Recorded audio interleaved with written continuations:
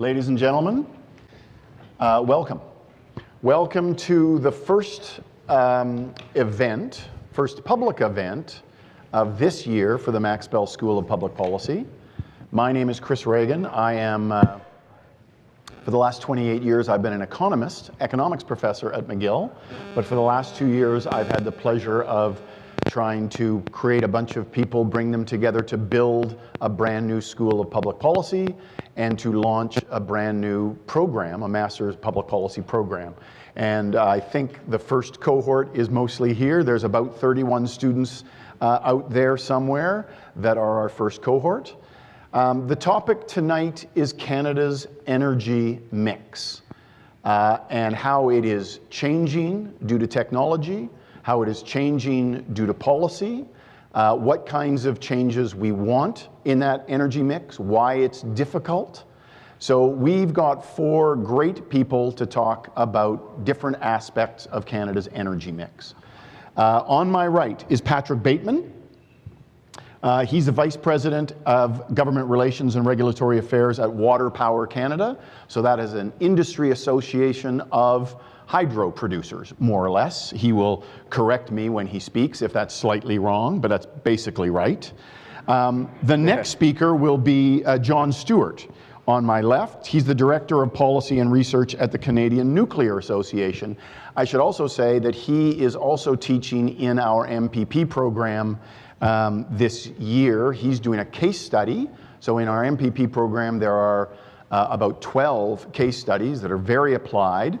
And his case study is on, I will say, on the failure of Ontario's Green Energy Act. Maybe that's slightly overselling it.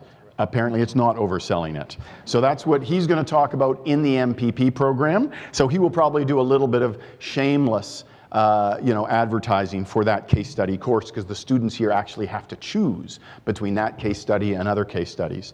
The third speaker is Allison Christie on my left. She is a director of the Clean Growth Hub, and she will probably tell you what that means. She's part of Natural Resources Canada. And the fourth speaker on my right is Kevin Stashin, President and Chief Executive Officer of NAL Resources, which is a conventional oil producing firm in Alberta. Yeah. In Alberta. Mm-hmm. So we've got hydropower, we've got nuclear power, we've got conventional oil, and we've got clean tech, all represented on this stage. So we are going to use a format for tonight's discussion that we haven't used before. The format is going to be each person gets 1 slide. So we're going to start with Patrick. We are going to put up his 1 slide. He is going to talk about why that 1 slide is a wonderful picture and what you should take from it and what you shouldn't take from it. He'll spend a few minutes on that, and then we're all going to tell him why he's wrong. Not really. We will discuss the issues raised by that slide. And then we're going to go to the next speaker, and that'll be John. And John's going to put up his slide and talk about it.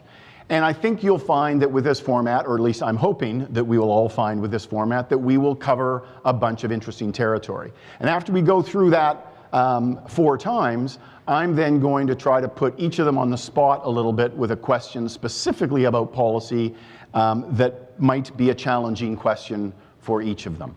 And then we're going to open it up for questions from the audience. Okay? So that's where we're going. Thank you very much for being here.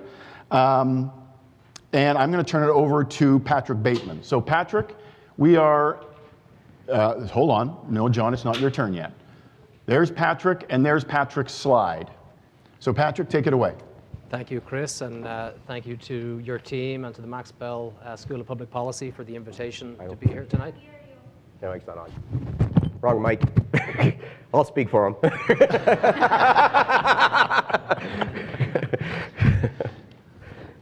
Test.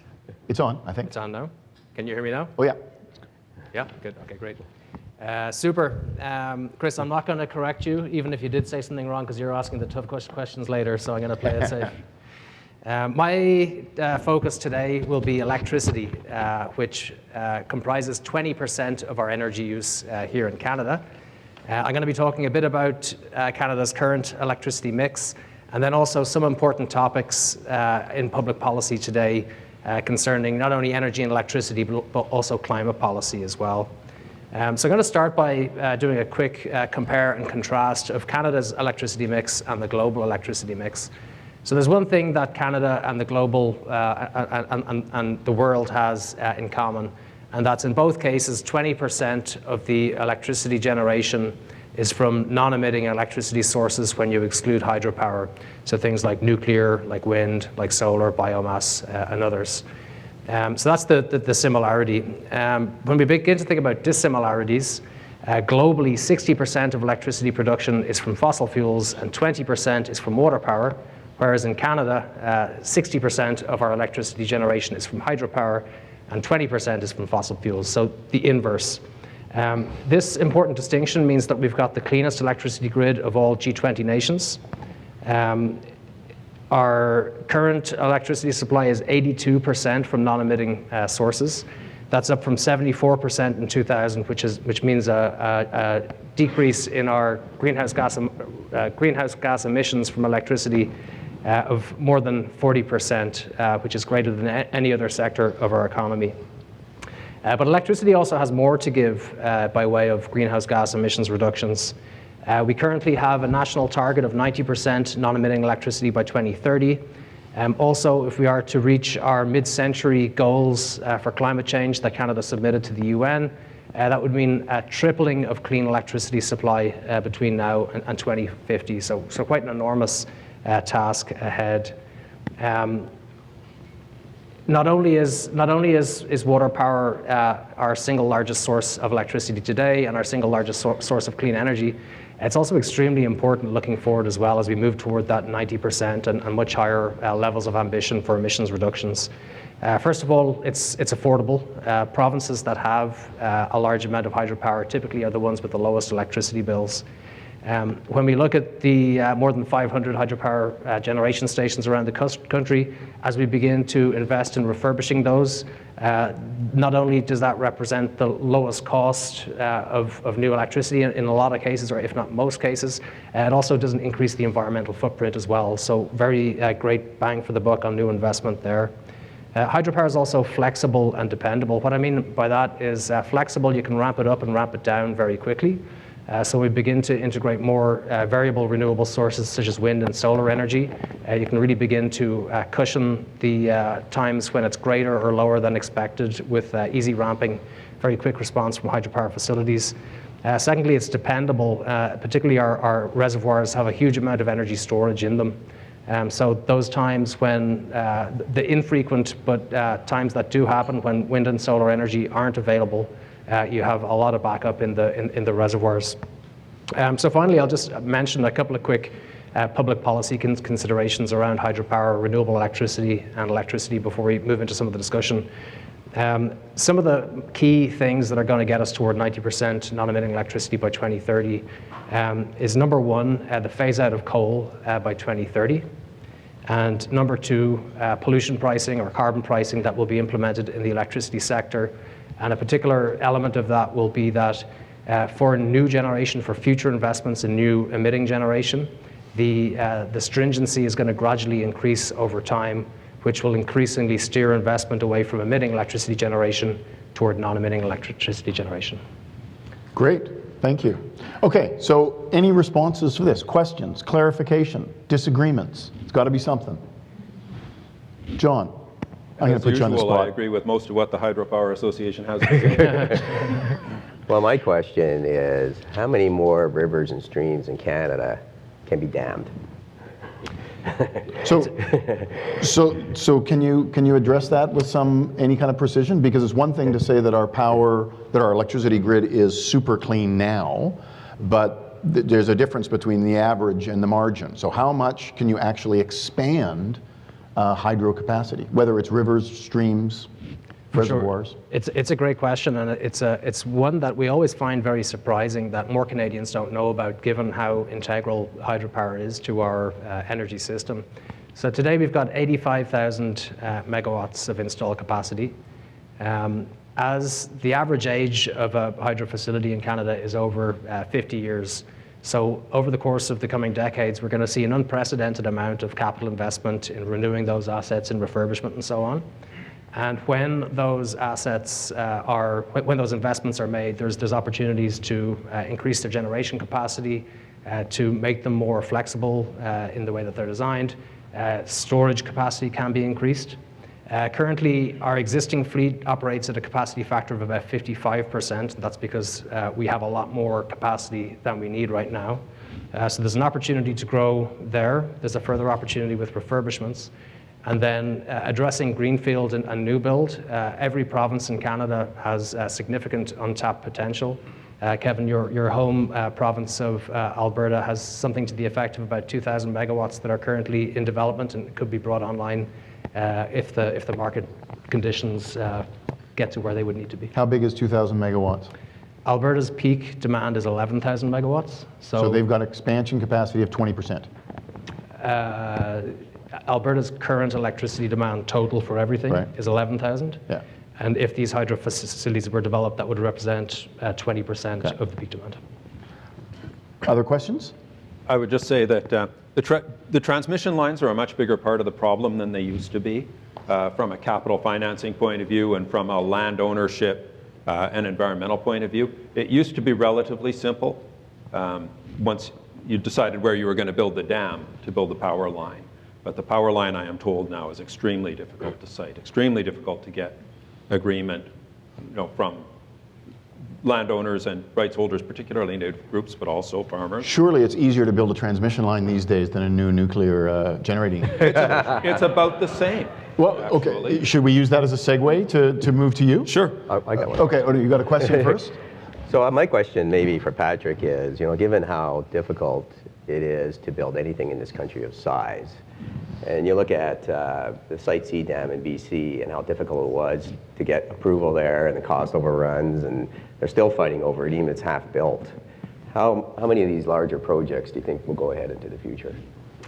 I think right now, we were having a chat before we came up on the stage earlier. And he didn't pay me to say those questions. Well, we all, the one thing that we all have in common is that we're all under a huge amount of regulatory burden in Canada today to build large infrastructure, whether it's transmission lines, nuclear plants, pipelines, hydro facilities. It's 8 to 15 years in many cases from the beginning stages of development through to commissioning. So at the offset, any new large infrastructure faces enormous regulatory uncertainty, and that's a big challenge. It's not great for Canada when we're looking to attract foreign investment in our country. So this is something that really needs to be worked out. The second part of my answer then would be, right now we've got more electricity than we currently need. We're exporting a lot to the United States already. Electricity is one of the few net exporters to the electricity sector out of any product. So right now, the demand for new hydro facilities or for new natural gas isn't there just yet. So I think we're probably looking at about 5 years before there's a critical mass of coal coming offline, another 10 years before most of it's gone. Beginning to get to the late 2020s, there's going to be a real onus on natural gas generators to shift to cleaner sources as well. So the quick question is, the outlook is very, very uncertain. Number one, because the market demand is not there yet. Number two, because it's extremely difficult to build large infrastructure in Canada. Okay, we'll probably come back to the regulatory issues in the second round. Okay, so let's zip over to John. So here's, if I can get this, there's a great picture of John, and there's his slide. So John is Director of Policy and Research at the Canadian Nuclear Association. John, take it away. Right, thanks. Well, thanks, Chris. My boss is John Gorman, who came to nuclear from the solar industry after 20 years there. Neither he nor I grew up in nuclear. We both came to nuclear from a concern about climate change. And so we're both approaching this from the point of view of what's the policy problem. We don't start with nuclear is a great technology, you all should use it. We start from there are social, environmental, and human problems that need to be addressed. And the biggest one is climate change. It's fairly urgent. So how are we going to tackle that? And that has gotten both of us to nuclear. And it may or may not get Canada to nuclear. Patrick has made an important first point. Canadian electricity is largely clean, especially in some provinces, but not in others. Cleaning it up further is quite doable. The provinces that are not particularly clean are coal burners, such as Saskatchewan and Alberta. We know how to make that cleaner. That's not a really tough policy problem. It's a tough policy problem for those provinces, but it doesn't require a lot of original solutions. Our challenge, really, as far as the energy system goes, lies mainly in heating, which is the orange bars on this chart. And those bars are small because they're showing you gas only, natural gas heat only. They're not showing you the minority of facilities that heat themselves directly with coal or oil or something like that. So those are emissions on the left. The orange bar on the left is the emissions from heating versus the blue bar being emissions from the electricity system. Obviously, and this is very conservative because it's also a June morning, emissions from heating are they're a huge multiple. And emissions from transportation are a vast multiple of emissions from the power grid. So the point of this is, don't worry too much about tinkering with the power mix. The emissions problem is in transport and heating. What are we going to do about that? Well, a lot of that solution is moving those things to electricity. Yes, there are other ways. Hydrogen fuel cells, for example, in large trucks. Marine vessels may have other solutions. But you're going to do a lot of it by electrifying. So the point of my slide is that the most accessible and technology-ready way to clean up most of our emissions in the very limited time frame we've got is to move a lot of things to electric power. Now think about all of the dams in Canada. And I canoe a lot, so I know where the dams are. There's a lot of them. Some of them are really old, but they're still generating power. Think about all the dams. Think about 19 nuclear reactors. Think about all the fossil-fueled generating plants. Think about the coal facilities. And imagine having not only all of that cleaned up and moved to clean sources, but also imagine doubling that and doubling it again, that capacity, with the associated power lines and distribution facilities, and doing all of that in 10 or 15 years. And that doubling and doubling again is only the start, because then you have growing demand year after year, and you're going to have to grow that too. And that's conservative. We might need 6 times, not 4 times the power we have now. That's our immediate challenge. And that does not even begin to address non-energy system sources of emissions, such as land use, tillage practices, forestry practices, and so on. That's what we have to do. Are you at the end of your... Yep. You are fabulously efficient. I love this. Well, thanks. I like questions. What would that picture look like in a different province? Because that's Ontario, right? Yeah. That's not Canada, that's Ontario. Yeah, there are essentially four coal-burning provinces: Nova Scotia, New Brunswick, Alberta, and Saskatchewan. The blue bar would be higher. The left blue bar, so the emissions bar, would be higher for the electricity system in one of those provinces, a lot higher. Ontario's electricity system is pretty clean. It's still got some gas, but it's pretty clean. But your basic pitch in a bumper sticker is get everything as much as possible to be electrified, yeah, and then make sure that the electricity is clean. Yeah, well, that's not, I mean, everybody's been saying that. The International Energy Agency's been saying that. The Trottier Energy Futures Program, everybody says that. That's not me. Okay. Questions, comments? I have a segue to me, but... Do you want to start with a segue? Well, my segue is when I saw your questions, how to clean up heat and heavy transport, a lot of that is through innovation. And you mentioned things like hydrogen, but I think across Canada there's a lot of innovation happening, and that's what I'm going to talk about on my slide. Yeah. Innovation is great. I'm a big fan of innovation, but a lot of it takes time. It takes time to prove those things. It takes time to scale them up. A lot of those are 30-year answers, and we need like 10 or 15-year answers. So we have to do those 30-year answers, but we got to do a lot of 10-year answers, an awful lot of them. Can you tell us about the coal phase-out in Ontario, which was, to my understanding, the single largest let's say, policy action to reduce greenhouse gas emissions in the country, certainly in the province. How did that work out? Okay.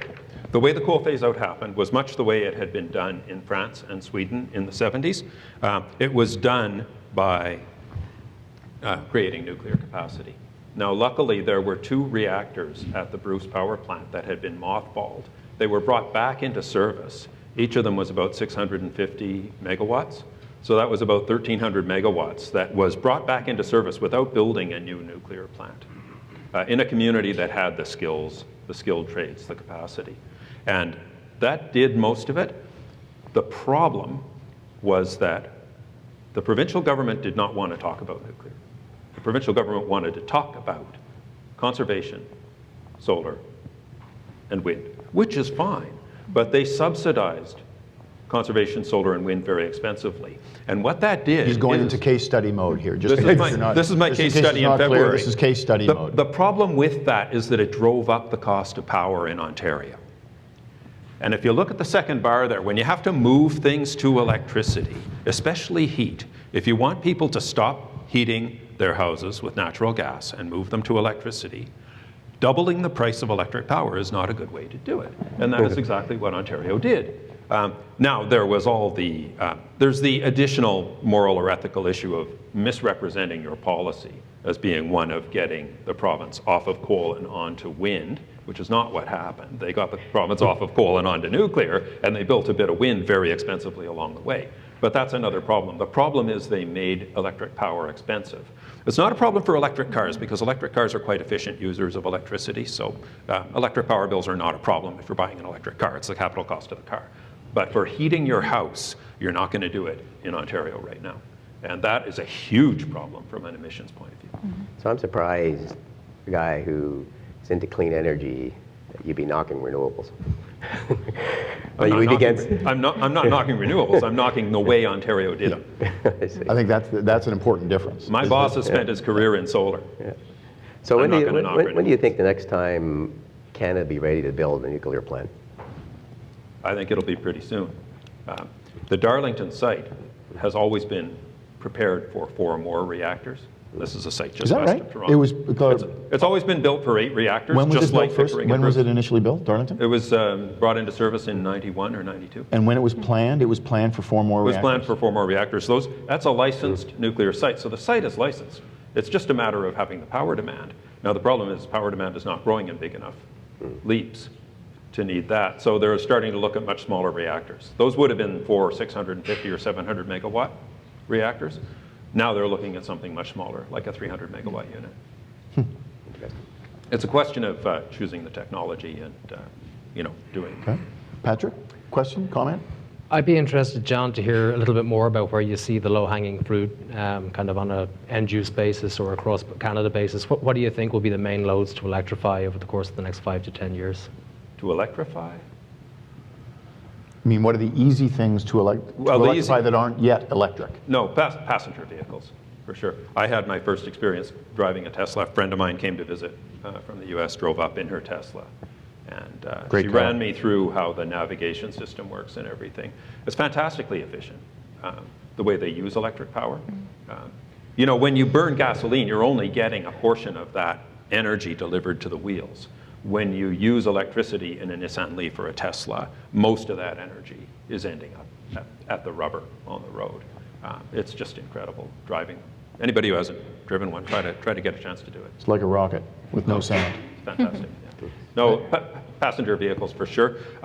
If in places where electric power is not too expensive, heating buildings with electric power is real easy. I mean, Quebecers all do it. And then on the other end of that question, then where do you see the most difficult parts of the sector or end uses to electrify? Yeah, aircraft and large marine vessels. So there's a solution with large marine vessels, which is you can push large marine vessels around with micro reactors, and they've been doing that since 1954. And it's clean and it's relatively safe and it works very, very efficiently. That's a ready-made solution. But with aircraft are going to be very difficult. There are solutions, but I don't know as much about them as I'd like to. Don't we have large container ships now that are electrified, that are working and that are economical? I mean, not very many of them, but we have some of them. That are electrified? Yeah. I'm not aware of that. I know the Germans have built a cargo ship that was nuclear driven. But generally, nuclear has been used for submarines and aircraft carriers. And There's several passenger ferries and smaller ferries, but I don't think it's... Yeah. But I mean, that technology is ready to go. It's not something that you need to do. That's not a 30-year answer. That's a 5-year answer. Okay, let's go to Allison. So Allison, again, Director of the Clean Growth Hub at NRCan, Natural Resources Canada. Allison, take it away. And there we go. We need your slide. So there's Allison, and there's a clean tech innovation policy. Yeah, and I apologize for the slide. You probably can't read it, but in government we like our decks, and if I only had one slide, I had to cram 13 slides onto one. So, so I apologize for that. So at NRCan, our role is to support the responsible development of Canada's natural resources, so that's energy, mines, and forest resources, and the competitiveness of Canada's natural resource products. So my team is within the innovation and energy technology sector, which includes the Office of Energy Research and Development, and Canada's energy research labs across the country.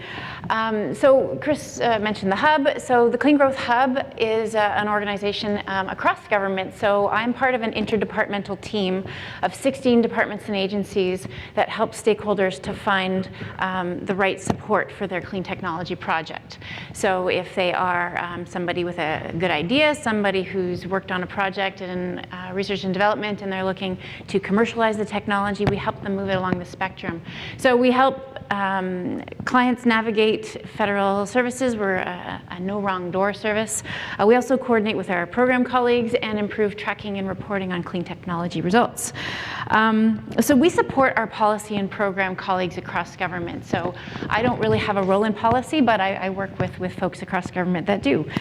So today I'd just like to highlight the clean tech opportunity for Canada and sort of where we've been working at NRCan on in supporting clean energy. So just a few highlights. So my bubbles across the top of the slide are just to help frame Canada's energy future and clean tech innovation. And these are facts that you are probably familiar with. 81% of Canada's GHG emissions are from energy production and use, extracting and producing energy that can be used for other purposes, and then how we use it. And then a little bit more about the clean tech sector. So Stats Canada has recently started to collect data on clean technology, environmental goods and services. And it's showing that this economic activity is significant, and it's becoming more important for Canada's economy. Clean energy and environment-related goods and services are worth $62 billion in 2017. So the clean tech opportunity for Canada is pretty significant. We're also, in Canada, a strong innovator and producer of clean tech solutions. We're 4th in the world. Last year's Top 100 Global Clean Tech survey included 12 Canadian companies, so that was pretty significant. Companies that were in carbon capture and storage, and smart grid and agriculture solutions. So lots of good stuff happening, and Canada's taking a place on the world stage in that regard. I mentioned the Hub, and I've been with the Hub for almost 2 years, and since that time that we opened our doors, we've met with about 1,200 stakeholders or companies or municipalities that are they've got a great idea, or they've been working with a university, and they want to contribute to the solution. So it's this global marketplace, and it's going to get bigger. The second last bubble on the side is about the Global Commission on the Economy and Climate, estimating that bold climate action could deliver at least $26 trillion US in economic benefits through to 2030, compared with business as usual. And then finally, on growth, the sector grew by 25% over the last 10 years. So how does this happen? So how does this innovation happen? How do we get from an idea to the market? So the spectrum, the middle line really talks about that innovation spectrum from an idea through to the end. There's a lot of steps. So innovators and entrepreneurs, investors, but there's also a lot of risk involved with clean tech solutions. It's really expensive to take a good idea through to market, sometimes in the hundreds of millions of dollars, and the timelines, as we were saying earlier, can be a long time. We talk about, or you read about the fail fast kind of ideas. Well, in clean tech, it's expensive to fail fast. So there's a lot more risk involved and a lot more parties. This valley of death, where innovators and investors struggle from demonstrating something to bringing it to market. And then the other thing is that the regulatory hurdles that are involved, the marketplace is almost always regulated by different levels of government. And clean tech companies struggle to scale up their technologies. And much of that is due to the fact that Canada's clean tech companies are predominantly SMEs operating with limited resources. And then finally, the size of Canada's market and the market for these solutions we're kind of a small player worldwide. So to be successful, these companies have to export. So a made in Canada solution, maybe you can't sell that internationally. So there's a lot of interesting policy challenges associated with this. But here's the opportunity. So Canada has a highly educated and talented workforce, business-friendly tax structures, well-developed innovation systems, comprehensive environmental solutions, standards and frameworks, and abundant natural resources. So below this spectrum is the government's toolbox. So these are all the things that, when I'm talking about the hub and matching stakeholders to supports, these are where these different supports come in. So at NRCan, part of our core business is in innovation. We invest in R&D through our federal labs and the programs in energy, mining, and forestry. We issue challenges, such as there's a biojet challenge right now to tackle some of these more complex challenges.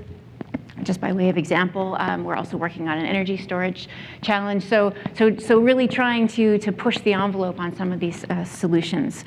We work with stakeholders to identify potential solutions and leverage technology deployment for practical results. And this is just NRCan. I mentioned the other departments that I work with, and there's lots of them. So we're all trying to play a part in this. And that's basically why the hub was put together, was to really come together and share the expertise that we have. And in the hub, I said we've met 1,200 stakeholders. Well, they've all got these complicated problems that we actually have to collaborate to help to solve. So that's why we were put into place. So the bottom line that I wanted to reinforce is that clean tech innovation is going to remain important right across our energy system, whether it's through energy efficiency, switching to clean power, using more renewable fuels, or producing cleaner oil and gas. There's a lot of policy levers that the government can use. I also mentioned before we started that we're in an election period, so I'm not really going to opine on what levers should be used, because that's for the decision makers to weigh in on. But the government has lots of tools in its toolbox to use, regardless of the objectives. Okay, thank you. Questions? I've got one.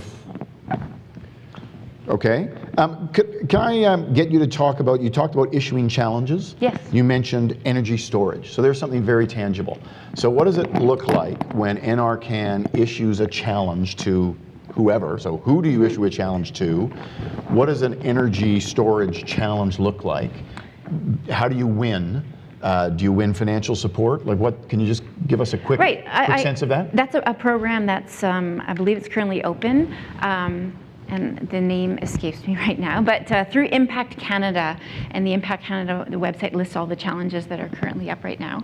And NRCan was part of, there was 4, there was a Women in Clean Tech, Smart Grid, Battery Challenge, so that's the energy storage one, and then the Biojet challenges. So these are challenges that are, stakeholders submit an application, and they get support along the way, and then at the end they win. So as opposed to a traditional grant-based challenge or contribution. So they win if they have a great proposal or a potentially great proposal for developing a new energy storage technique. Exactly. And what do they win if they win? Like they don't win a prize, they win financial support? There's a financial support to help them take it to the next level. Right, okay, okay. Patrick and then John, or John? Sure. Patrick, one of you start. I have a lesson learned to share from mini reactors. I put together a session in February on financing mini reactors, because a lot of it is, we know what the technology is going to be. Often the technology was proven actually in the 50s and 60s, and it just has been dormant. But the problem was financing them, especially in Canada, because we don't have as well developed financing system. We've got a real valley of death, and a lot of this stuff is quite capital intensive. This isn't cell phone apps, This stuff takes a lot of money. So lesson learned, one is that we need the financing machinery, especially because we don't have the big crown corporations behind a lot of this. When nuclear started in Canada in the 50s, we had big crown corporations backing it. Ontario Hydro, AECL, Atomic Energy of Canada Limited, and a mining company called El Dorado financed it with public money. We don't have that now. Last thing, and I'll put after this, one of the people was from Wall Street at my session, and he said, on Wall Street, we don't finance the technology, we finance the management team who come to us. They present about the technology, and we listen to the presentation about the technology, but it's a management team. We care about who they've got, because if that technology doesn't work, that management team will be creative in deciding where to go next. So we finance teams. And that's a real lesson learned. Those guys on Wall Street, they don't want to know about your molten salt, reactor technology. Yeah. They want to know who's your CEO, who's the chairman of your board, who's your chief financial officer. Yeah. Okay, Patrick? I have an unrelated question, if that's all right. Well, unrelated to energy. It's okay. Well, I'm going to give you some latitude on this. Unrelated to John's comment. That's fine. Thank you. So I'm curious to learn a little bit more about the types of people that are coming to the Clean Growth Hub. Are Canadian innovators largely focused on tackling some of the issues that we face at home, or are they more focused globally? And are they focused on incremental improvements, or are they focusing on moonshot type solutions? I can say that we've had a bit of all those things. There's definitely folks that have homegrown expertise, for example, they've been working on oil sands and they have opportunities to do things better. They've got the sort of the technical expertise to do things better. And then definitely those that see the opportunities in water technology in developing countries. So all of the above, I would have to say. There's so much diversity. We've met with stakeholders from across the country across all sectors, and clean tech really isn't a sector. Clean tech is to support many sectors, so it's been very diverse and actually very inspiring, I would say. Kevin, do you have a question? No, I don't. I've got one. So you talked about the valley of death. You talked about the struggling firms to scale up. It led me to wonder why. Can you explain why it is, or if it is true, that developing and scaling up clean tech is different and maybe more difficult than developing and scaling up any other new thing? So why is it that clean tech deserves, I don't know, special attention when developing a restaurant chain is actually fairly challenging too? So why is that different? Yeah, well, I think it's probably like the capital intensive nature of it and the risks that are involved. And so it's for a stakeholder that wants to scale up a demonstration plant, there's a lot of capital that's involved, and it's really hard to line up the sources of And those funds. risks are not ones that are prepared to be taken on by the financial sector? Yeah, yeah. But because they're not very good at taking on risks? Yeah, I think so.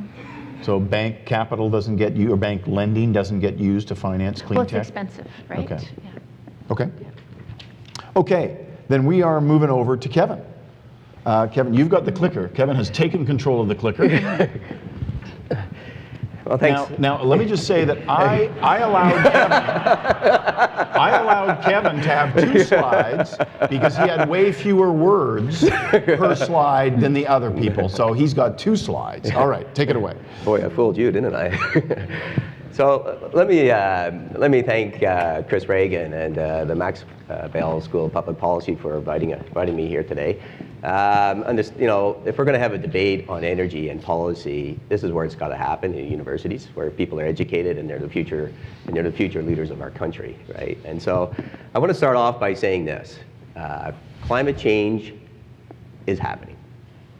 As an oil and gas guy, climate change is happening. I also believe that man is having an impact on the climate. I also believe that fossil fuels, we may be off of it someday, but maybe not in the immediate future. And I would say, or as a minimum, fossil fuels can be carbon neutral. So the sources and sinks of carbon would be neutral. I truly believe that. So look, Chris said, put up a killer slide, and I could throw all sorts of numbers, graphs and charts. And, makes me want to sing. And this is not the killer slide. So my killer slide is this: that fossil fuels has driven the quality of life that we have today, and it will continue to drive the quality of life we have into the future. So we go on trips, we live in cities, we harvest food, we go to sports events, we ski, we do a whole bunch of things. Fossil fuels has done that for us. About 3 billion people in the world are energy poor. 3 billion people in the world are energy poor and want to have what we're having. So energy demand in the world is skyrocketing. Fossil fuels represents about 84% of the world's demand for energy. And it's increasing. A lot of that is coal. And it's rising for these reasons. That 3 billion people there, they want to be like us. So in the Chinese middle class, in India, the middle class is rising. So they all want to get up and have the same quality of life that we have. That's one thing. The other thing is this. Every second of the day, a baby is born. Fortuitously or not, 2 people die every second. Depends on your point of view. So net increase of people on our planet is 2 every second. The time I took to say that, 10 people have been born. In a week, it's 1.2 million people. In a year, it's over 60 million people. That's 1.5 times the size of Canada. So think about it. Toronto, Montreal, Quebec City, Vancouver, Calgary, all those cities and towns and people in the north, everybody in between, take that and multiply it by 1.5 times, and it gets plunked down on our world every year, all demanding energy. All demanding energy. Fossil fuels is the only one that could provide, is the most versatile, transportable, cheapest fuel that the world looks at, and it's growing. It's growing. So why Canadian oil and gas? Here's a silly stat. China and the U.S. emit about 30 to 40%. So they emit about 40% of the world's emissions. China uses a shitload of coal. Sorry for the swear word. Technical term. For the next 12 years, they plan to build 300 to 500 coal plants. 2 a month.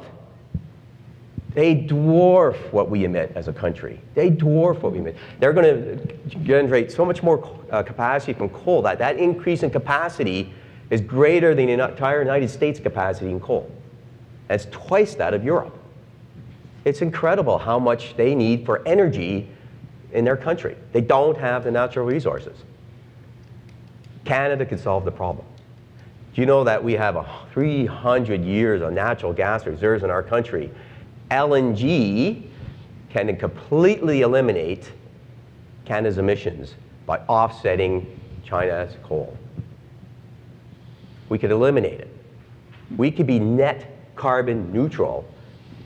In addition, there are studies out there that shows that we can go beyond that. We could double the benefit from LNG. We could double it. So we can actually be a net benefiter to the world through our LNG. So there's places like India and Iran are putting coal in. People are putting coal in all over the place. We could eliminate it. And here's another silly thing. 50% of Eastern Canada's oil is imported. People say, well, we're self-sufficient in oil. No, we're not. We import 50% of our oil.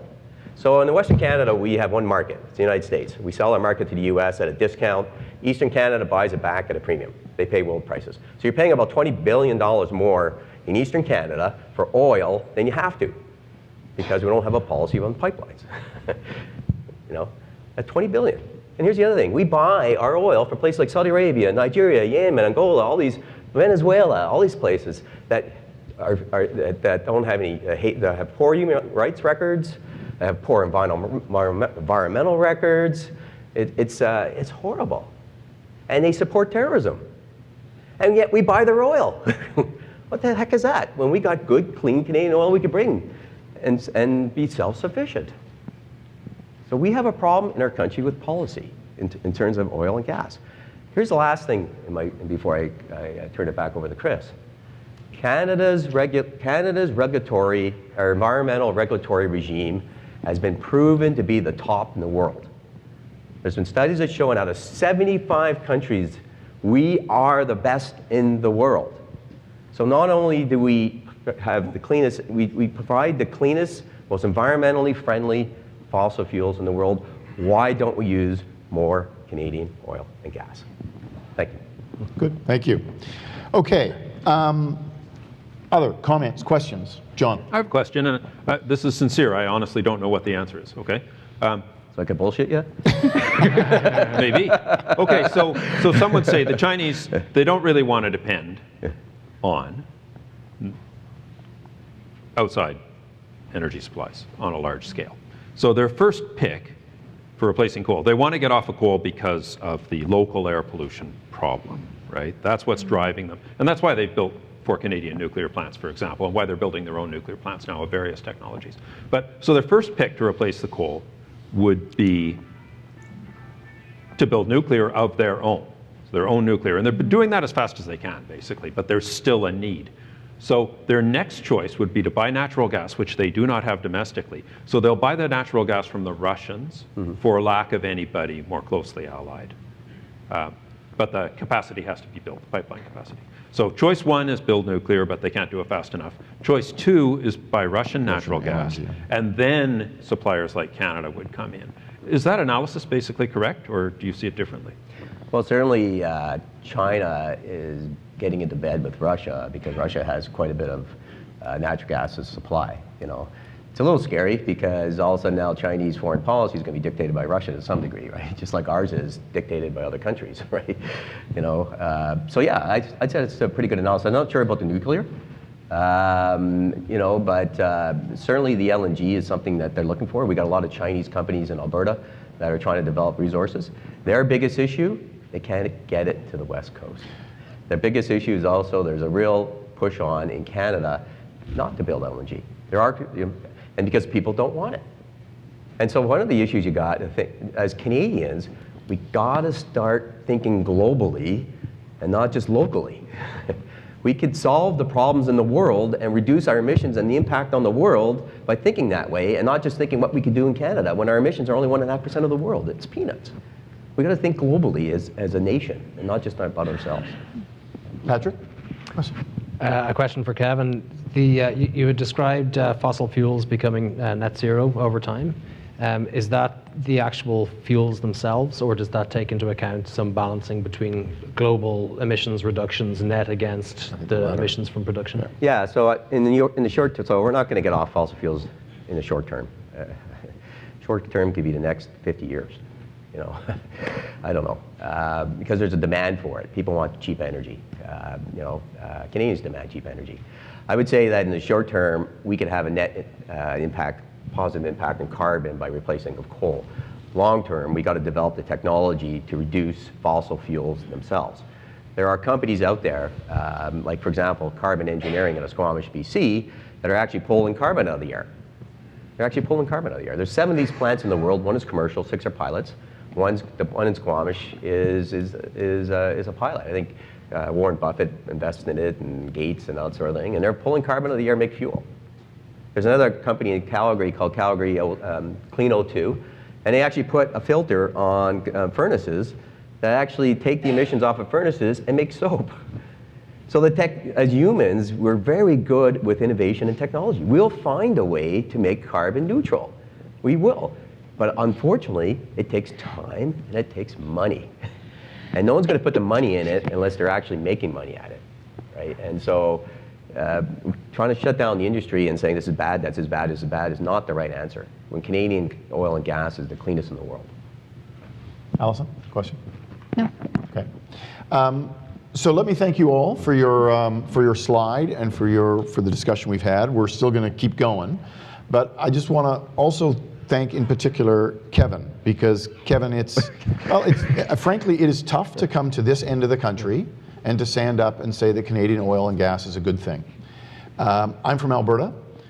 It's been a long time since I left Alberta, but I travel across this country talking a lot about climate policy and carbon pricing. And I encounter a lot of people who say, in fact, just last week, I gave 2 different talks. One was at Concordia, where people said, in their questions, they basically indicated that it was immoral to produce oil. At a different session, there was a discussion about how the oil industry is illegitimate. And I think this discussion is that kind of discussion is a really divisive, really polarizing way to talk about this. Oil is as Kevin said, oil is a super efficient energy source. which is why it has powered modern society for the past 200 years. But it also has a downside. And so, it seems to me that the discussion about transitioning off from oil, and Kevin said this transition is going to take many years, the discussion isn't one about morality or legitimacy. It's about this very complicated question about how do we take a society, and I could say exactly the same thing in France or Australia or Switzerland, any developed economy, frankly, any economy in the world. How do you take an economy that is more or less addicted to energy use and more or less addicted to fossil fuel use because fossil fuels are such an efficient energy source? How do you continue with prosperity, continue with energy use, but completely change over time the energy source? And that's a technological problem. That's a set of technological problems. It's an economics problem. It's a business problem. It's a legal problem. It's a social problem. It's not so simple to say, it's immoral to produce oil. We are all sinners in the sense that we all are emitters, right? Our lives are energy intensive and our lives are, fossil fuel intensive. And so getting us off, collectively, off of fossil fuels is difficult. And so what we need is lots of discussions like this. So that's my little rant. I apologize for that. Let me just say one thing, in our modern society, how much technology we're using today than we ever used. Let me give you a simple example how much energy we use in doing a Google search. Every time you press a click and do an internet search and you get your favorite cat video or chuckle of the day, you want to find out where the nearest restaurant was, like I did. I needed to go to McDonald's to get a snack today, and so I had to figure out where it was, so I did a search, right? Every Google search, every internet search can light a light bulb, incandescent light bulb, for 17 seconds. Doesn't sound like a lot until I tell you this. There's 5.6 billion searches every day. 5.6 billion internet searches every day. The amount of energy that consumes to do a search that goes around the world, uses coal-fired electricity somewhere or nuclear or a fossil fuel, goes around the world to do that search for you. 5.6 billion a day. That's the kind of modern technologies driving energy use. That's 0.75 of a search for everybody, and I did 2 today. Okay, I'm going to ask each of you one policy question, and then we're going to have quick answers from those policy questions, and then we're going to open it up to questions from the audience. So I'm going to start with, I'm just going to give you all the 4 questions, and then you've got time to think about it. Patrick, you'll have only a little bit less time.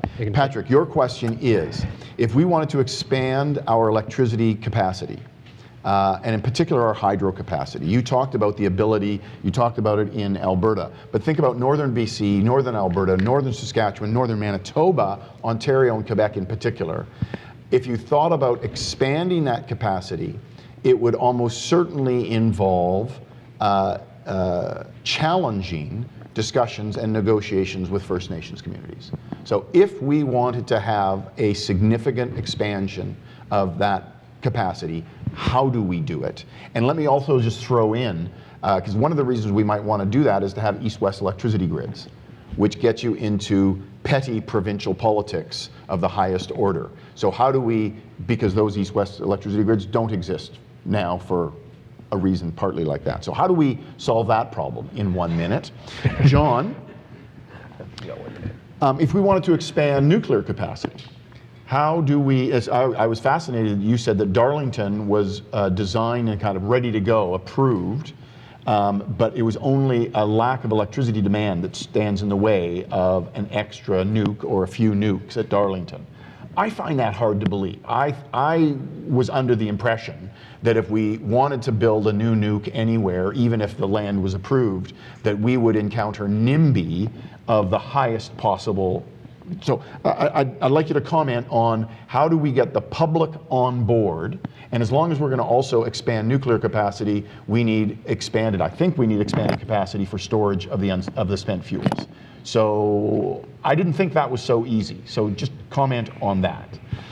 Allison, if governments are going to stand ready to finance development of clean tech, maybe because they've got this valley of death and they've got capital intensity, how do we prevent the money, the government money, which of course is taxpayers' money, from being poorly spent.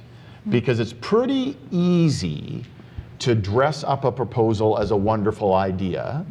And I am one, and I come from a profession of economists who tend to be skeptical about the government's ability to pick winning ideas.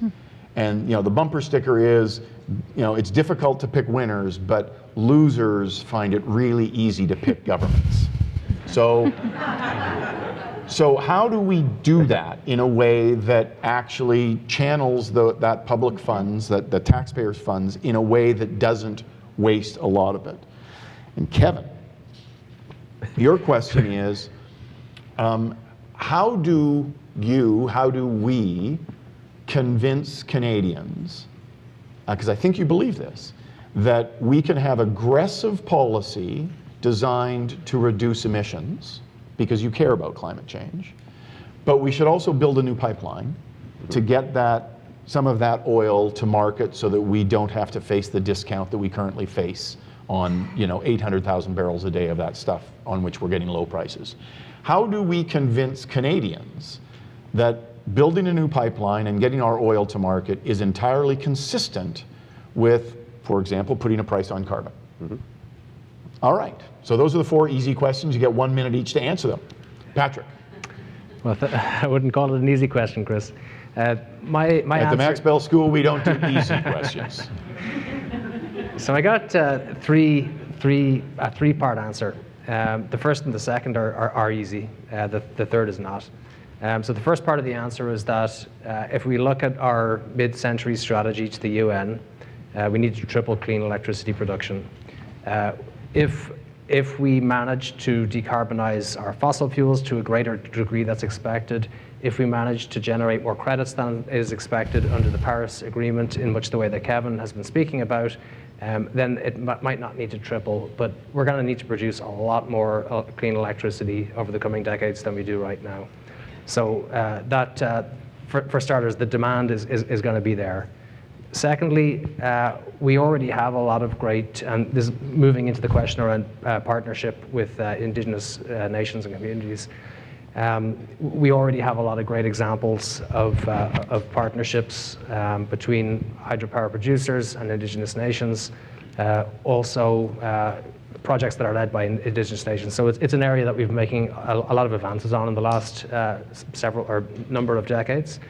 Recently, we had the Tahltan Nation in BC with the single largest clean energy investment from any indigenous organization, which is in the billions. So we're moving into a space where we've got a lot of capacity and experience within First Nations to partner or to lead these kinds of projects.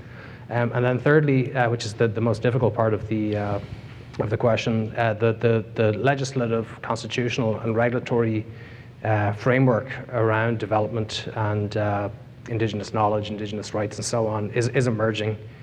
With Bill C-69, we've seen a lot of changes, and I think that's a question that we'll have to get back to in a few years, I think, once we've seen some movement. Well, I'm hoping that somebody here is going to ask you a question on that. So we'll get back to it in the future, but maybe in the very, very near future. Okay, John, your question on, my question on effectively how to get social license on new nukes. Okay, well, I'm going to talk about the whole package. How do we get new nukes? Okay, number 1, Darlington, which is 4 reactors, and La Pro, which is 1 reactor, were both built for twice that many. So the first thing you do is you take those licensed nuclear sites and you expand them. And New Brunswick is on its way to doing that, so is Ontario. But Ontario's, because the growth curve is slower, they're going to build smaller units. Local support gets stronger the closer you get to a nuclear plant. That's a fact. There's a reason Ontario is spending $26 billion renewing its nuclear fleet, because the people of Ontario accept that that is a good investment. The unions are behind it. My strongest members on my board of directors that I work for are the Power Workers Union. And they sit on my Public Affairs Advisory Committee as well. The unions support it. Support goes up. The closer you get to a nuclear plant, it goes down the farther away you are. So closer in time, closer you get? Closer in location, in geography. Strongest people who support it more strongly are the people who are 100 yards away? Yes. Okay. Yep. They're blue-collar jobs that 100 meters for those people can work beside their kids in the nuclear plant. These jobs last for 30, 40 years. Okay. Blue-collar people can own cottages. They can send their kids to university on these jobs. There's a lot of training, a lot of skills involved, and the Power Workers Union will tell you their people are safe. They're not safer anywhere else than in a nuclear plant. It's the safest place they are. The accident rate is lower inside a nuclear plant than anywhere else. Okay? I can go on about that, but okay, number 2 is you stop closing old units. The International Energy Agency, Fatih Birol, was in Ottawa in February telling us this. The first thing you do if you don't want world emissions to go up is stop closing old nuclear units prematurely, because it's natural gas that replaces them. Okay, so don't close them down before the end of their life, which is what the Germans are doing. Will Germany wake up someday and decide that they have made a bad promise to close all their nukes within a few years? I have spent very little time in Germany. I don't have much insight into German political conditions. That has to do with the Bundestag and the Green Party and so on. Number 3, you replace or refurbish them when they do get to the end of their economic life. So when Pickering gets to the end of its economic life in 2024, the plan is to close it down. That's 8 units, of which 6 are currently operating just outside Toronto. Gas is going to rush in and fill that gap if you don't build SMRs or something. So you replace nuclear with nuclear. Don't let nuclear be replaced with gas or coal, which is what is happening in Germany. Number 4, on brownfield sites where there is coal and diesel currently being used, remote communities burning diesel, remote mine sites burning diesel, old coal plants in 4 provinces, put in low footprint small reactors of approximately the same size. You don't need to change the wiring. The transmission lines can stay the same. The community will accept it because the community is losing their coal plant. They're breathing the dirty air from the coal. They're going to start breathing cleaner air. There's clear evidence that their kids will be healthier as a result of that. There's a direct connection to less asthma. There's a direct connection to longer lifespans. People in Estevan, Saskatchewan and Coronach, Saskatchewan are going to accept that because it's going to be good for them. And they're going to have very long, good quality blue-collar jobs. You talk about this as if this is accepted, easily accepted by the majority of Canadians. As large infrastructure and energy projects go, so it's no tougher than other nuclear on a brownfield site, especially when you're not going to build new transmission lines, is going to be easier than most of the alternatives. Okay, all right. Okay. All right. Try building natural gas in those places. See how far you get. Okay, Allison, you get the easiest question. Hold it, I'm not done. Oh, you're okay. When you're building those small reactors in Coronach, Saskatchewan or Estevan, Saskatchewan, innovate your ownership models. Make sure First Nations get an equity stake. Make sure local people get an equity stake. If you want a historical precedent, look for the electrification of the Western US and Western Canada in the 30s. They built cooperatives that local people owned. And that's how they built that stuff. Okay? Innovation in the ownership models is as important, and Allison, I'm sure, knows this. Innovation in the financing and ownership models is the most important part of innovation we can do. Okay? And especially when First Nations are involved. I went to New Brunswick and tried to pitch small reactors. They said, how do we own this? Not, you know, okay, we'll accept it and NB Power will build it. They said, how do we own it? Because we want the cash stream. I was not expecting that question. Okay, number 5, I'm almost done, on waste, okay? Nuclear is often told it has a waste problem. Now, if greenhouse gas emissions are not a waste problem, then I'm quite surprised to learn that. I would say that they are. Nuclear apparently should simply grind up all of its spent nuclear fuel and blow it into the atmosphere, because I guess then we'd be told nobody would tell us we had a waste problem. I mean, don't write that down. That seems to be what you do. If you don't want to be told you have waste, you blow it into the atmosphere, and then nobody says, oh, the natural gas industry has a waste problem. Okay? Well, all of the waste that's been generated in Canada since we started generating power from this in 1962, and we are over 60% of Ontario's electricity, it would fill a couple of swimming pools. It would fill this room. That's about how much there is. I've walked through this place in my shirt sleeves. I wear a hard hat in case something falls off the top of one of the canisters onto you. But there's not enough radiation in there to hurt you. I get more radiation canoeing in the sunshine. I mean, it's paid for. When you buy nuclear power at 8 cents a kilowatt hour in Ontario, the cost of managing that waste and ultimately disposing of it is already covered. Okay, is the natural gas industry covering the long-term costs of its GHG emissions? I don't think so. Okay, it's ultra-low volume. There's a long-term plan to put it underground in Northern Ontario, but it won't be that much safer there than it is right now. So that's my answer. Okay, thank you. Allison, easy question. How can government spend money well? Ha. Ha. Inquiring minds need to know. Okay, well, I have three ideas on that. So the first is, to support projects, excuse me, it's to share technical expertise between the programs. So if an entrepreneur has graduated from one research and development program and they're ready for the next program, one of the things the government can do is get together behind the scenes to share the expertise of working with that innovator. And yes, this is a technology to stand behind. So using our engineers, using our expertise to share it within the federal system. You may be surprised to learn this. Sometimes federal departments don't talk to one another. No. But that's one of the things we're trying to do through the hub is to improve that collaboration. Second is collaborating through the clean tech ecosystem to bring innovators and adopters together. There's a lot of great ideas. There's a lot of problems. Not problems, but a lot of challenges. And if we can better match up some of these, large companies or manufacturers with some of the clean tech ideas, I think we could help realize some of the benefits from government. The government funding on the R&D side could be advanced through some of these adopters. And then third is through a better emphasis on outcomes and looking at those projects that are going to make the biggest bang for the government buck. So what are the outcomes? Right now, when somebody applies to a program and they're asked to fill in the box as to what are the estimated emissions, well, we have to take their estimate at face value because we don't have anything to challenge them on it. So they say, well, my project's going to realize this much emissions reduction. So what we're doing is within the hub is we're working with all the programs to look at environmental outcomes so that they can be calculated consistently across programs and so that applicants have something to work with. So we're looking at the outcome side of things as well. Okay. All right. Now you got the easiest question of all. So my question, I guess, how do we build pipelines and reduce carbon emissions? Yeah. So how do I balance the building of pipelines and the environment? Well, I can tell you this. I know one political party would love to have the answer to that one, and it's a tough question. A tough question. So let me put it this way. If we as a nation don't like using fossil fuels because we think it's hurting the environment, there is one simple solution. One simple solution. Stop using fossil fuels. Just stop using it. When you leave here today, say, I'm not going to use another drop of fossil fuels in my life. Well, we know that's impossible. Right? It drives our life as we speak. It does everything, including water bottles. It makes our water bottles through plastics and things of that nature. We can't get away from the using of fossil fuels. So then what's the answer?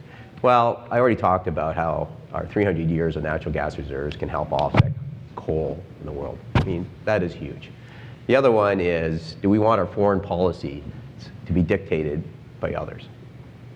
Look what happened when we criticized Saudi Arabia for the human rights records, right? And what did they do? They threatened to cut our oil off. And then we shut right up. We didn't say a peep after that. And so, but we continued to buy their oil. Do we want our oil to be dominated by foreigners and our foreign policy? That's an answer. And do we want to keep paying premium prices from overseas? Do we want to buy our oil from countries, like I said before, human rights records, poor environmental records, support terrorism, and all? Do we want to continue to buy our oil, or should we just use Canadian oil? Someone said we should be using Canadian oil first, before foreign oil, until the day we can get off of it. Because today we cannot get off of it, so why don't we build the pipelines to use Canadian oil and use Canadian gas, and before to help our country. But what's your favorite method, policy or otherwise, to get off it? And I don't mean this year. That's not going to happen. But can we keep selling oil to a world that wants oil while it wants it? But in the meantime, can we reduce our own domestic dependence on oil? I mean, we can substitute away from oil to other things over time. So what's your policy to help us break the addiction? That's a good one. I mean, I don't know. I mean, understand this, that the oil and gas industry exists because Canadians demand it. Canadians demand it for what we use fossil fuels for. People want cheap energy. Look what happened in Vancouver. Price of gasoline, there was a shortage in gasoline in Vancouver. The price of gasoline went up to $1.70. All the Vancouverites were screaming blue murder, increase our supply of gasoline, etc. There was a commission that was created to look into it, etc. And they all came to the conclusion, yeah, not enough gasoline. We need more supply. People don't want to pay higher energy prices. So I don't know how we're going to get off of it. People want cheap energy. They don't want to pay for it. Just like, as we heard of Ontario, the Ontarians, they don't want to pay for high electricity costs. It's expensive. I truly believe going forward, though, we're going to need a myriad of energy sources. We're going to need hydro. We're going to need nuclear. We're going to need renewables. We're going to need it all because the demand for energy is just skyrocketing. We're not going to get off of it. The percentage of fossil fuels going forward well into the future is going to decline. There's no doubt. I mean, the forecasts are like by 2040, we're going to go from 84% down to 50%. But the pie is getting bigger. Right. The pie is getting bigger. It's 50% of a bigger pie. I don't know how we're going to get off it. Okay, so we'll turn it over to the audience, and they can ask us some questions and push us in that direction. So here's the rules of engagement for the microphone.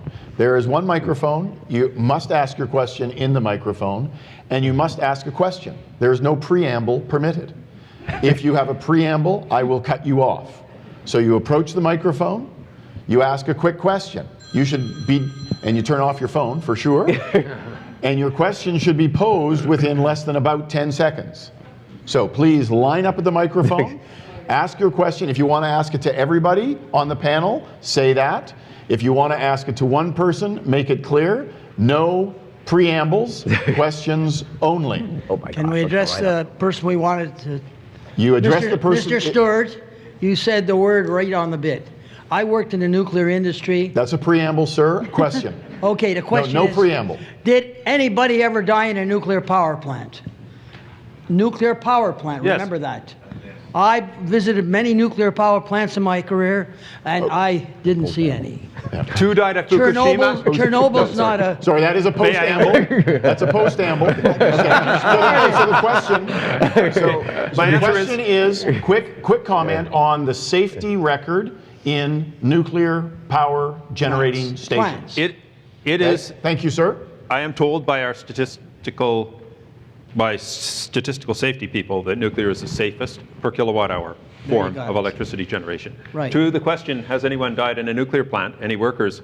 2 died at Fukushima from drowning. Right. That wasn't a nuclear explosion. I know. That was I a know. flood. That was That's a the point. From drowning. Okay. It wasn't. Thank you, sir. You're welcome. Thank you. Next. Some more patience for Gray here. As a general policy for Canada, why not make money from selling oil and gas, immoral as it may be now, in order to pay off development for clean resources and perhaps not rely only on the management team, but on basic research, because we don't know exactly what we're looking for if we're going to change the planet's climate. That was a well-punctuated sentence with a question that contained a view. That was well done. Now, who's answering that question? In a few words, that's the Norway model. Norway took Would you like to oil. repeat it? Repeat it. So That's the Norway model. Norway used its oil from the North Sea to fund the development of electric cars and electric car infrastructure, and that's why Norway is the world leader in electric cars. They used oil money to do it. And if you ask them, didn't you pay for this with oil? They'll say, yeah, of course. So that man's question then is, why don't we do that? If that's a fair representation, why don't we do that? And that's why I would like to build pipelines, because we should do that and use the revenue to electrify and to decarbonize. Well, but let's turn that question around and ask an Albertan, this Albertan, not this Albertan, why doesn't Alberta do that? Why, under Peter Lougheed, we created the Alberta Heritage Trust Fund, which was taking some fraction of our royalties. Why didn't we keep putting that in? Now that, of course, would have required an increase in taxation, and because that money would have been stocked away for something else. But do you see that as a realistic option in Alberta becoming Norwegian?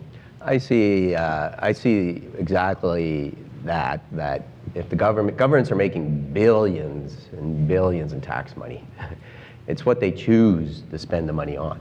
right? Governments can choose it to invest in renewable energies and other things and technologies to make industries more efficient, et cetera, and eventually getting us off fossil fuels. But they choose to spend it on other things. They choose to spend it on hospitals and schools and social programs and things of that nature. So they have more money left to spend on these things.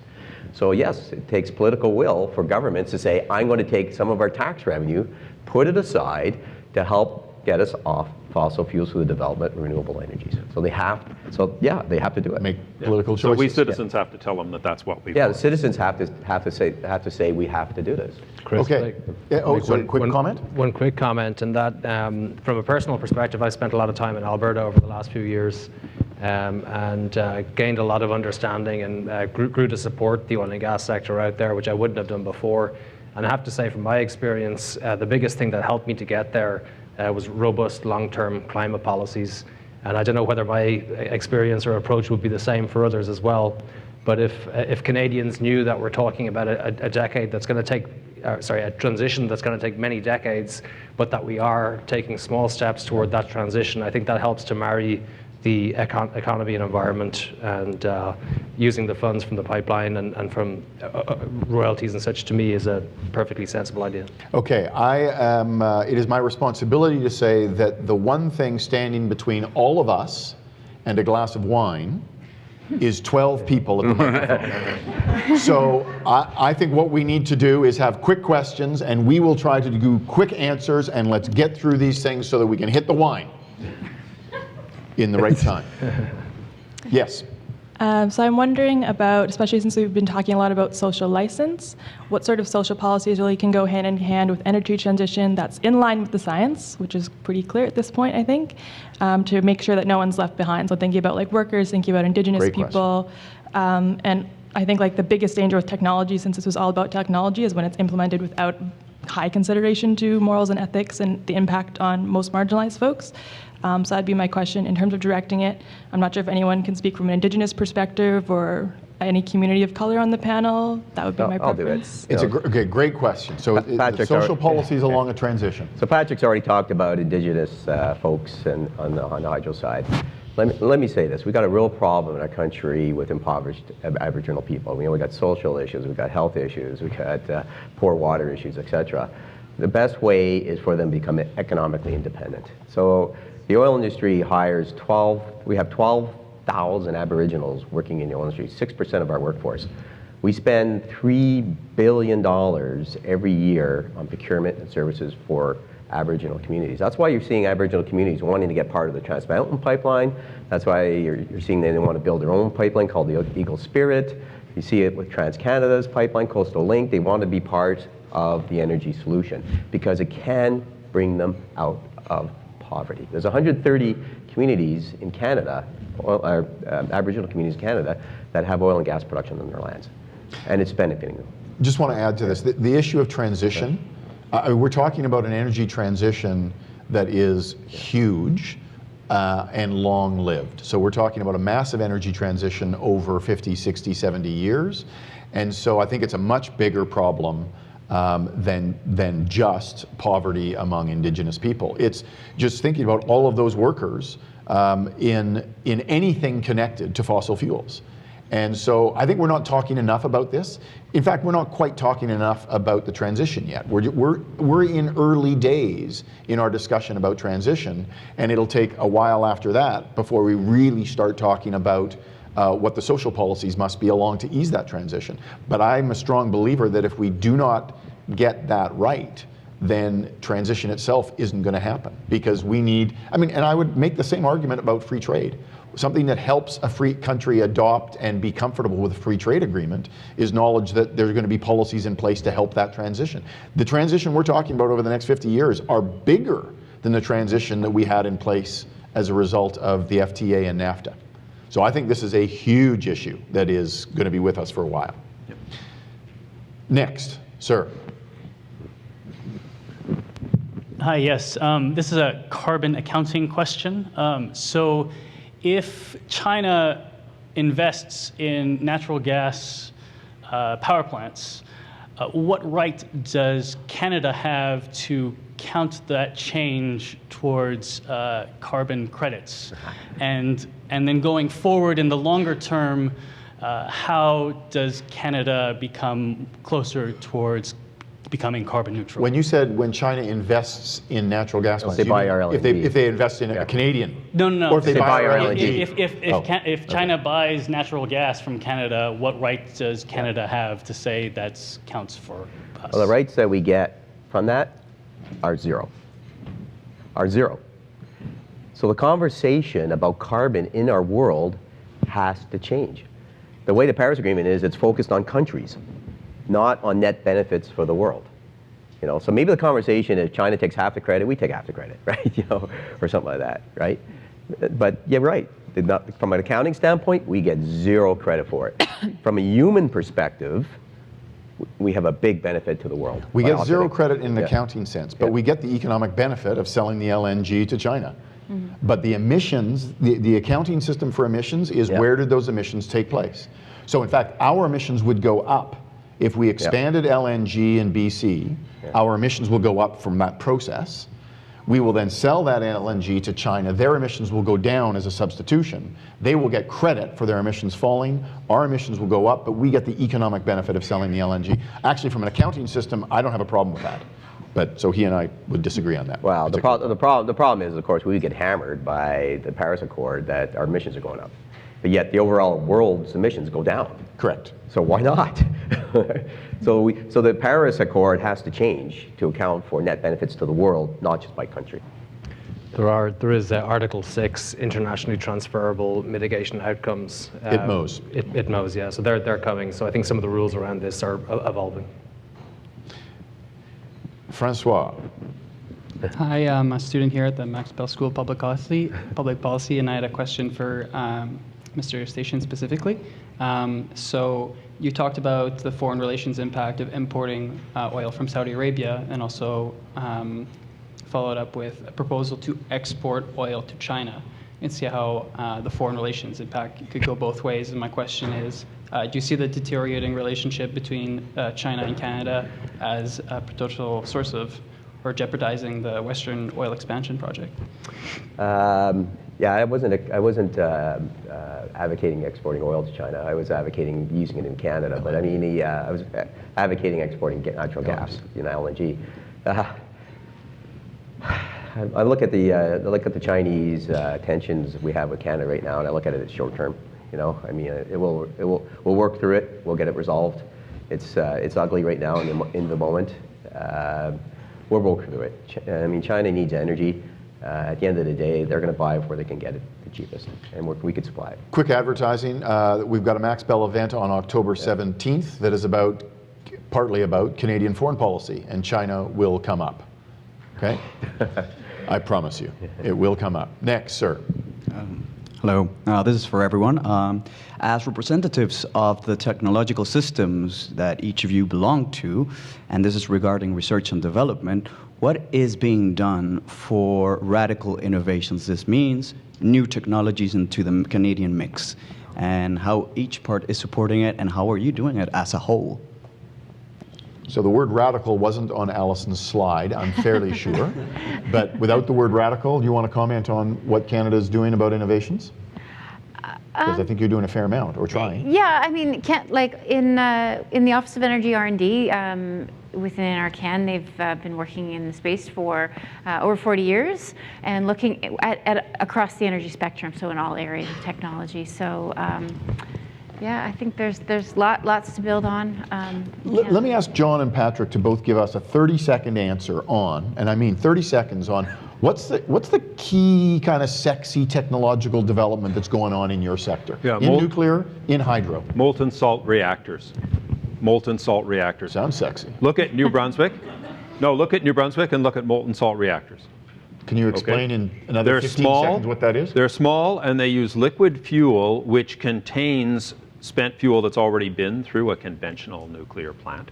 And New Brunswick is going to pioneer these things. Cool. Patrick? A lot of technological innovation within power conversion tends to be on reaching the upper limit of what's possible. So within wind energy, for example, it's the BETS limit. Can you take as much power out of the wind that's blowing as is possible? On the hydro side, we've already been doing it for decades. So from the turbine perspective, you can't really get to a point where you're producing more power than the water that's flowing into it. So a lot of the innovation that's taking place very quickly within the hydropower sector, a lot of it will be on the environmental side. So how do you continue to strive toward environmental excellence with regard to wildlife and habitats? Another big area for innovation is how do you maximize the flexibility and storage capabilities of hydro plants to be able to follow wind and solar. Climate resilience for floods is also another big area for dam safety and other areas of innovation like that. Okay, next, sir. We're gonna have to speed this up. Yeah, all right. So my name is Samuel. I work at Siemens in energy R&D. So I would have questions for all of you, but I'll keep it short.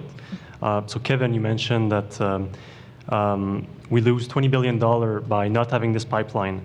So at $50 per ton of CO2, this would allow us to, say, reduce GHG by 400 megaton in Canada, so half of our emission.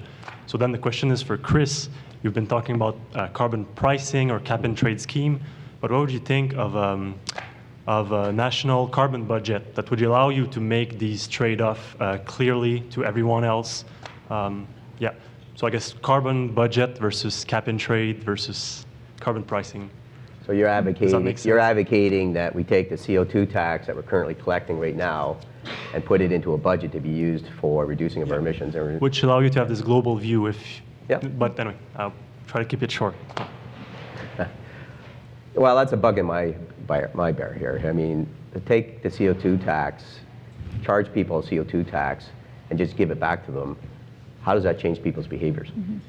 That's, so taking the CO2 tax and putting it into a budget of some sort, carbon budget, to help reduce emissions. I don't think that's what he meant by carbon. I mean, probably he's putting a cap on carbon emissions. Yeah, he's putting a complete cap on a country's carbon emissions, and then you can. So he does not mean what you're talking about. Which you would vote on something like that, Something okay, so I don't like answer. that idea.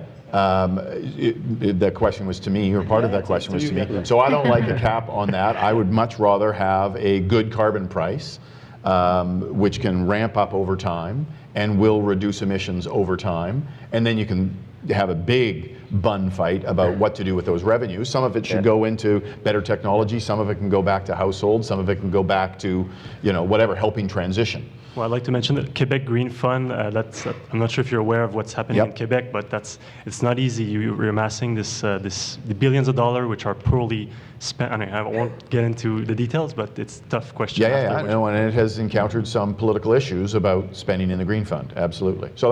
But you know what? There's lots of issues that are raised by government spending. I mean, so the issues that have been raised in the Green Fund aren't very different than the issues that have been raised by other funds of government money. Okay, thank you. Next, sir. You've all mentioned excess capacity in each respective industry.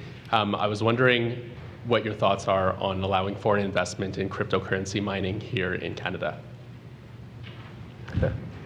Cryptocurrency mining. It's very energy intensive. Yeah, actually, crypto that was actually looked at in Alberta because to trade in cryptocurrency, you need a lot of energy. Right? And there was a lot of talk about, hey, maybe Alberta should get into the cryptocurrency market because we have a huge supply of natural gas can drive electricity. It's been talked about, it's gone nowhere. I mean, there was some talk about it, and they looked into it, figured it wasn't feasible for various reasons, and it just died a slow death. Huge energy source for something that, as far as I can tell from society's point of view, is largely a waste of time. But it may not be a waste of time in the future. May not be a waste of time, but in the meantime, it is hugely intensive energy user.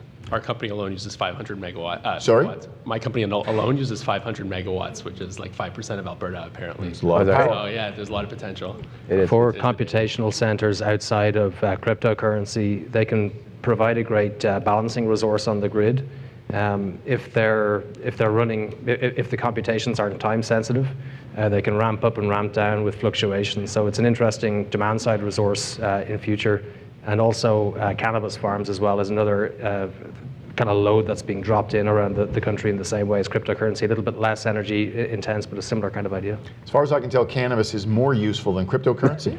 We can talk about it after. But I'm open not to debate. sure. Not sure. Okay, next two people. Do we only have two people left? I don't understand the gap there. There's a gap for some reason? The video. Okay. I see the camera. Okay, sir. And we're gonna. We may not be able to get through everybody. We may have to do some of these questions offline. Sir, you're next. Could you explain why Canada have stopped exporting the CANDU nuclear technology to other countries? Quickly. In general, world demand for nuclear has gone down. Our greatest success was China, which built 4 reactors, but the Chinese have figured out how to do it by themselves. Similarly, we sold to India. India's figured out how to do it by themselves, by a different way. We'll still sell 1 to the Romanians. We might still sell 1 more to the Argentines. The game's not completely over, but the question is, what can we do with mini reactors? That's where the game is now. We're going from the mainframes to the laptops. Would the mini reactors be CANDU? Would they be deuterium? No, they wouldn't. They're different. Different technology. They're different, and that goes back to the molten salt and the New Brunswick thing. There's about 50 different technologies for mini reactors. You can do them. You can do nuclear power in a lot of different ways. Yeah. There's a lot of potential innovation there. We still might sell a few CANDUs. It's not over. And you can refurbish them and keep them running for a very long time. And that's very carbon efficient. So the thing to do once they're built is run them for 100 years. Right now we run them for 60. We can run them for 100. I think. But engineers, some would disagree with me. It takes a lot of investment, but it's very carbon efficient.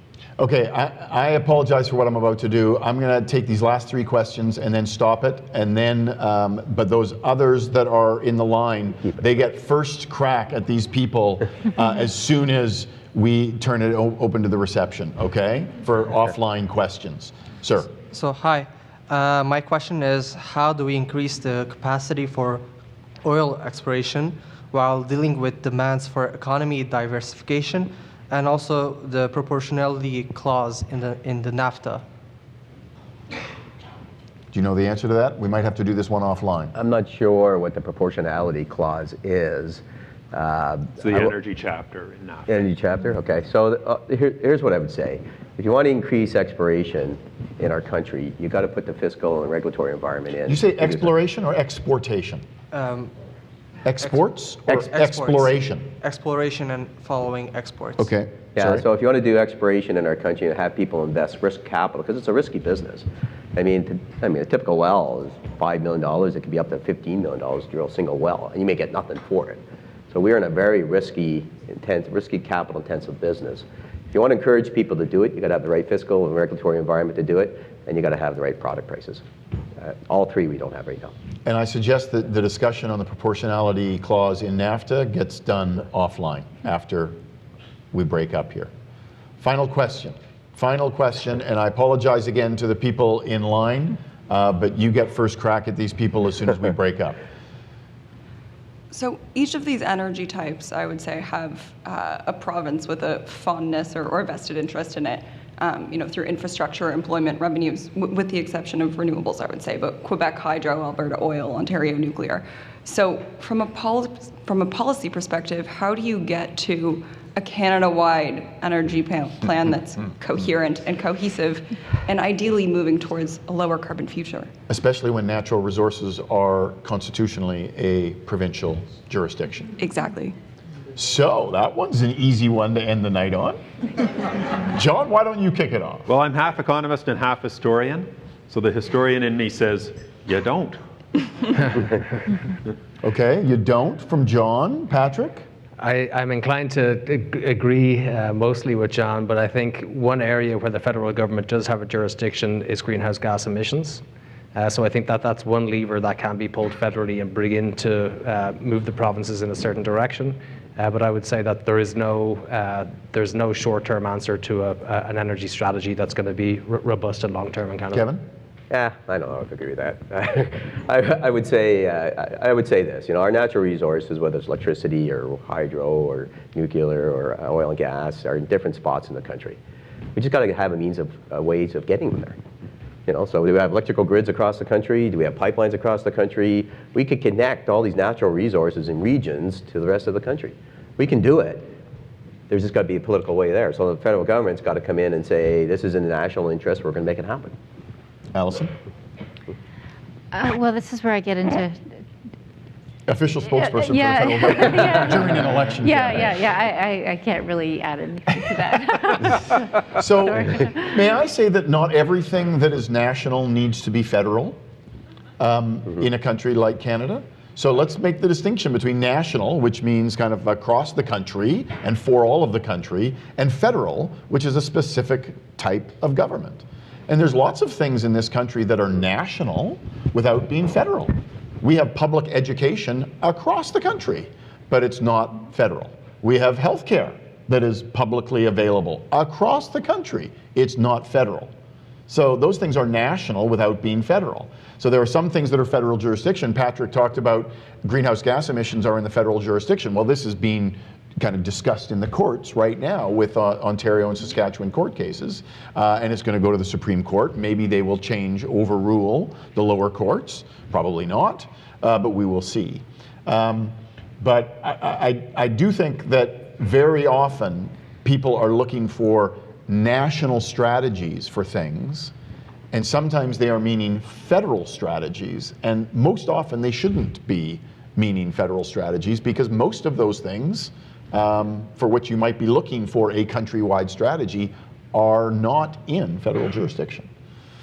Anyway, I would like to thank you all. I'd like to thank the four of you for being here and for talking about the energy mix and talking about energy policy and what's tough and what's easy. There weren't very many things that were easy as far as I can tell, except building new nuclear plants. That's just, we're gonna get that done next week. No more difficult than the alternative. Yeah, that's right. No more difficult than the alternatives. So thank you all very much. What I'm gonna do now, we're gonna end the formal thing right now, and I'm gonna invite you to just walk to the back of that room and join us in a glass of wine or whatever, and a snack of some sort, and look at your email, look at your Twitter, look at your Instagram, and look for our next events. So thank you all very much, and thank you.